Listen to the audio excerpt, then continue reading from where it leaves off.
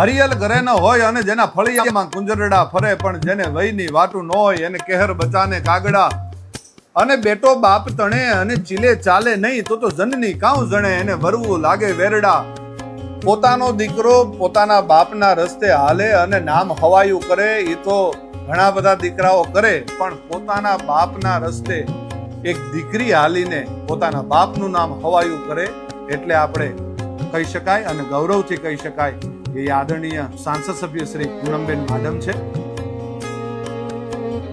વિકાસ અને વિરાસત, આ જામનગરની વિરાસતની આપણે વાત કરીએ તો આયુર્વેદનું મોટામાં મોટું હબ કહેવાતું હોય તો એ જામનગર છે.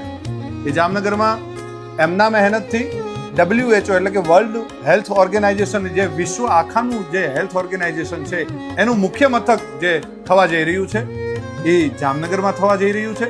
આપણે દેવભૂમિ દ્વારકામાં જ્યાં ભગવાન દ્વારકેશ બિરાજે છે